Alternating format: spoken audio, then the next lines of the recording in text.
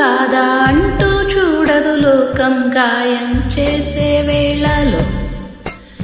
కళ్ళు చెవులు లేని మనుషుల మనసుకు నిజమే చెప్పేది ఏ భాషలో. సుడిగాలికి ఉడికిందే దీపం మీ దీపం, చమురుండగారిందే అలసటతో పాపం పాపం. వేల అక్షరాలు కోటి పుస్తకాలు చెప్పలేని ప్రేమ అమ్మే కదా.